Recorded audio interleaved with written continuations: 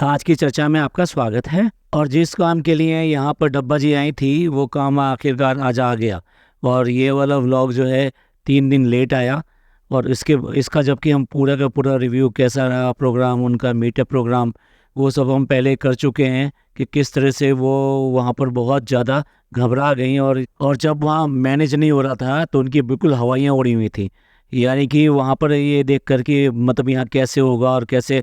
एक बार तो उनको बाहर निकाल कर अंदर जो है बैठाया गया। उसके बाद फिर दोबारा से वो स्टेज पर एक बार फिर आई। और कुल मिला के ये है कि आपने, क्योंकि एक्सपीरियंस नहीं था ना कुछ भी, तो कुल मिला के ये है अपने प्रोग्राम में मतलब कैसे करना है, क्या करना है, उसके कोई विदाउट प्लानिंग करे जब ये करेंगे तो नेचुरली वहाँ पर प्रॉब्लम होनी होनी है। तो ये जो हैदराबाद का जो मीटअप प्रोग्राम जो था उसका व्लॉग जब आ गया है, तो ये व्लॉग के शुरुआत में बहुत ज़्यादा उत्साह है और बहुत ज़्यादा चाह रही हैं कि मैं हैदराबाद आऊँ। ऐसा हो नहीं सकता कि मैं जिनसे इंस्पायर हूँ और जिनका नाम मैं सुनती हूँ मैं उनसे ज़रूर मिलने जाऊँगी। और वो यहाँ की एक ब्लॉगर हैं जो बेसिकली हैदराबाद से बिलोंग करती हैं। उनका नाम है अनम मिर्ज़ा। ये भी बेसिकली ब्लॉग बनाती हैं। तो उनसे मिलने जाने का प्रोग्राम था, तो वो मिलने गई वहाँ पर। और वहाँ पर उनका अपना स्टूडियो टाइप से शूट चल रहा था जहाँ पर ये जाकर बैठी। और उन्होंने इंट्रोडक्शन में ये कहा कि मैंने जिससे ब्लॉगिंग सीखी या जिसको देखकर मैंने ब्लॉगिंग शुरू करी वो यही हैं। यानी कि ये 3 साल पहले इन्होंने भी ब्लॉगिंग शुरू करी थी और अनम मिर्ज़ा ने भी ब्लॉगिंग शुरू की थी। अनम मिर्ज़ा ने ब्लॉगिंग थोड़ा इनके बाद में की थी। तो ये जो ब्लॉगर हैं ये कहती हैं कि ये इनके साथ में इन्होंने ब्लॉगिंग शुरू करी। आई मीन इनको देखकर ब्लॉगिंग शुरू करी कि भाई एक लड़की है जो कि ऐसे ब्लॉगिंग करती है तो मैं भी करूँगी। लेकिन इनके जो व्लॉग का जो स्टैंडर्ड है वो बेसिकली बहुत अप चला गया। हालांकि सब्सक्राइबर उनके ज़्यादा नहीं है, लेकिन ये अपने एक टाइप के, और ये कहना चाहिए कि एक ही कम्युनिटी से बंद कर रह गई। और उसकी वजह से जो है इनके व्लॉग जो हैं सारे मोनोटोनस और आज हो गए और वो एक ही चीज़ पे आधारित थे। मतलब किसी भी तरीके से टारगेट ऑडियंस हैं उनके लिए सारी चीज़ की जाए। अब ये यहाँ बताने की ज़रूरत नहीं है कि इन्होंने उसके लिए क्या क्या किया, लेकिन कंपैरिजन कर रहे हैं कि बेसिकली जब इन्होंने ये कहा कि इंस्पायर्ड हैं और उनसे मिलना चाहती हैं, उधर उन्होंने भी कहा कि भाई हम जो है इनके देखकर ही हमने व्लॉगिंग शुरू की थी। तो दोनों का कंपैरिजन तो बनता ही बनता है। तो वो जो है वो उन्होंने अपना स्टैंडर्ड बिल्कुल ही अलग किया और वैरायटी अपने व्लॉगिंग में हमेशा रखी।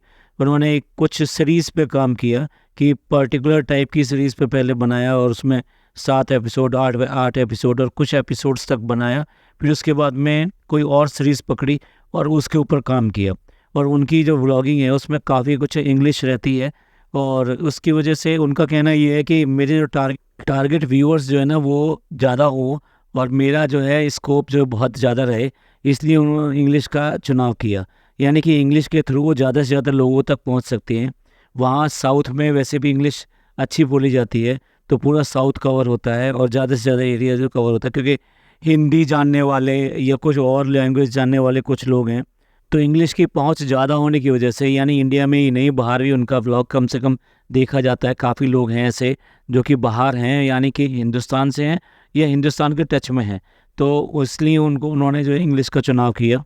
तो इसलिए इन दोनों के व्लॉग्स का कोई कंपैरिजन बनता ही नहीं है। वो अलग सेगमेंट में काम करती हैं, ये अलग सेगमेंट में काम करती हैं। बात करते हैं सो कॉल्ड इंटरव्यू की। ये वहाँ पर इस तरह बैठी कि जैसे कि इन्होंने इंटरव्यू देना है और हो सकता है इंटरव्यू इन्होंने दिया भी हो वहाँ पर, क्योंकि बाद में ये बोल रही थी मैंने सही बोला कि नहीं बोला, मैंने अच्छा बोला कि नहीं बोला।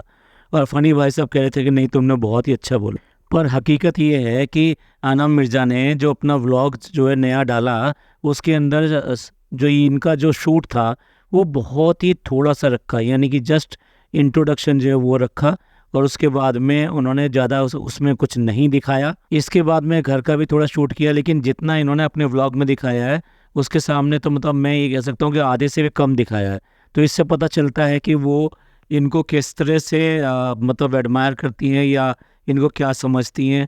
तो उसकी वजह से उन्होंने उतना ज़्यादा कवर नहीं किया इनको, जबकि इन्होंने अपने व्लॉग में उसको बहुत ज़्यादा कवर किया है। और इस व्लॉग में भी सपोर्ट सिस्टम और बैकबोन ने, यानी आप समझ गए होंगे कौन सपोर्ट सिस्टम है और कौन बैकबोन है। उन्होंने बस यहाँ पे भी अपना जो खाना खजाना है वो सब जो है खाया और पिया और उसके बाद में फिर वो चल दिए अगले डेस्टिनेशन के लिए और मीटअप के लिए आ गए। वहाँ पर सारे के सारा जो इंतजामात थे वो जो भाई थे इनके कज़न थे उन्होंने, और जो वहाँ पे एक स्टूडियो रन करती हैं आलिया दीवा के नाम से, उन्होंने सारे अरेंजमेंट किया था। और ये जो अरेंजमेंट किया था तो उसके बाद में ये मीटअप जो है इन्होंने अपने इस व्लॉग में कवर अप किया।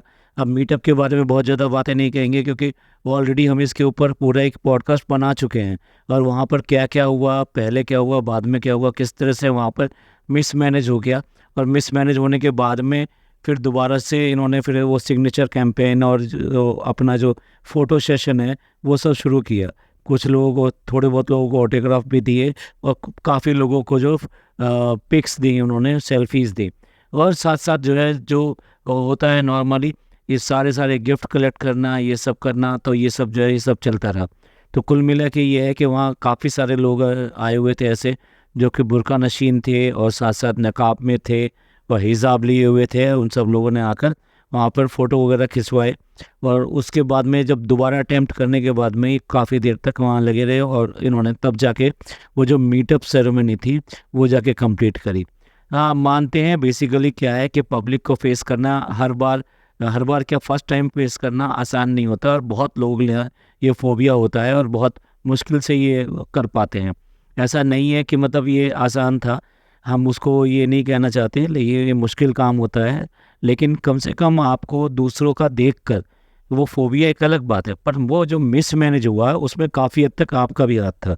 आप वहाँ पर क्या बोलेंगे, क्या नहीं करेंगे। देखिए, लोग बाग क्या है, मैंने पहले भी बताया था, लोग बाग क्या है, आपको वहाँ देखने आते हैं, साथ साथ आपसे कुछ गुफ्तगू करने आते हैं। गुफ्तगू मत से मतलब ये होता है कि जब आमने सामने होते हैं ना, तो वो आपको थोड़ा और अच्छी तरह जान सकें। तो आप कुछ ऐसी चीज़ें करते हैं जिससे कि वो आपको अच्छी तरह जान सकें। उनके कुछ सवाल होते हैं, उनके सवालों के जवाब देते हैं, वो चाहे वो लिख कर आ जाएँ, चाहे वैसे बोल कर आ जाएँ। आप अपनी कुछ इंटरनल चीज़ें अपनी डिस्कस करते हैं कि भाई हमें कैसा लगा, क्या लगा, बस हम क्या चाहते हैं, हमारे क्या आगे फ्यूचर प्रोग्राम क्या हैं, और उसमें आपका सजेशन क्या है। और इस तरह से मतलब ये है, एक तरह से ये मीटअप का मतलब होता है कि बोथ साइड, और मोस्टली उसमें जो मैनेज किया जाता है वो आपके द्वारा किया जाता है, यानी कि जो प्रोग्राम करते हैं उनके द्वारा किया जाता है। लेकिन चलिए, आपका ये फर्स्ट मीटअप था तो इसलिए ये सारा बिगड़ गया और ये गड़बड़ हो गया।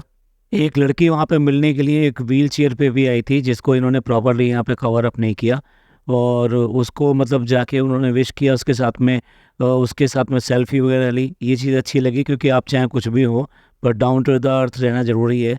जो लोग इस तरह के होते हैं उन लोगों को पूरी वहाँ पर मिलनी चाहिए, इज्जत मिलनी चाहिए, और उनको वो खुशी मिलनी चाहिए जिसके लिए वो वहाँ पर आए हैं।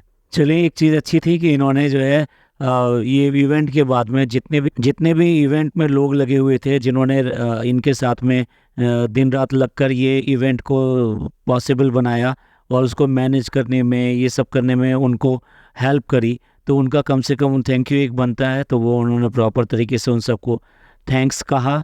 और उसमें ख़ास तौर से जो आलिया दीवा थी, जिन्होंने सारा अरेंजमेंट किया था, मतलब मेरे को लगा कि वो इतनी ज़्यादा पोलाइट हैं और उनको भी थैंक यू बोला।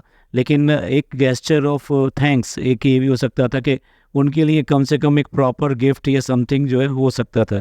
स्पेशली जो जिसने ये सब ऑर्गेनाइज़ किया, आपका टूर ऑर्गेनाइज़ किया, आपका ये सारा इवेंट ऑर्गेनाइज़ किया, आपके लिए जो है ड्रेसेस के लिए अरेंजमेंट किया, जो आप अपनी एनिवर्सरी के लिए करना चाहते हैं, वो सारा काम किया, तो थोड़ा बहुत तो उनका शुक्रिया बनता है ना। तो वो शुक्रिया देने का अपना अपना तरीका होता है। आपने क्या किया क्या नहीं किया हमें तो नहीं पता, लेकिन कम से कम जब सबके सामने वो शुक्रिया अदा कर रहे हैं तो वहाँ इस बात का भी आपको सोचना चाहिए था ना कि आप उनको भी प्रॉपर इस तरह का थैंक्स दें जो उनको भी याद रहे कि भाई जो उन्होंने किया था ये अच्छा था। इसके बाद उन्होंने घर जाकर भी ये थैंक्स कहा सारी टीम को, साथ साथ जो है वहाँ जो लोग आए थे उनको, और जिन लोगों ने ये सब मैनेज किया था, जिसने ये सारा अरेंज किया, उन सबको भी वहाँ जाके थैंक्स बोला। और साथ साथ ये बोला कि हम कैसे आए यहाँ तक वो हम बताएंगे। यानी फ़र्स्ट टाइम मैडम जो है फ़्लाइट में बैठकर, फ़र्स्ट टाइम नहीं कहना चाहिए, फ़्लाइट में तो ऑलरेडी पहले भी गई थी, पर उनके कुछ फ़ोबिया हैं, फ़्लाइट से भी उनको फ़ोबिया है, और इसी तरीके से उनको एस्केलेटर से फ़ोबिया है, उनको इस तरह की मीटअप या इस तरह की जो पब्लिक गैदरिंग होती है उससे फ़ोबिया है, या फिर ये कह लीजिए को ये तो फ़ोबिया हो गए, कुछ घबराहटें भी हैं, तो वो उसकी वजह से जो वो करते नहीं हैं। लेकिन इस बार उन्होंने किया है तो उसका पूरा व्लॉग बनाया है, जिसका रिव्यू हम अभी कल देंगे आपको। ये पॉडकास्ट आपको पसंद आया हो तो प्लीज़ लाइक कीजिए, सब्सक्राइब कीजिए और शेयर कीजिए, और खुश रहिए, अपने लोगों का ख्याल रखिए। थैंक यू, धन्यवाद, शुक्रिया।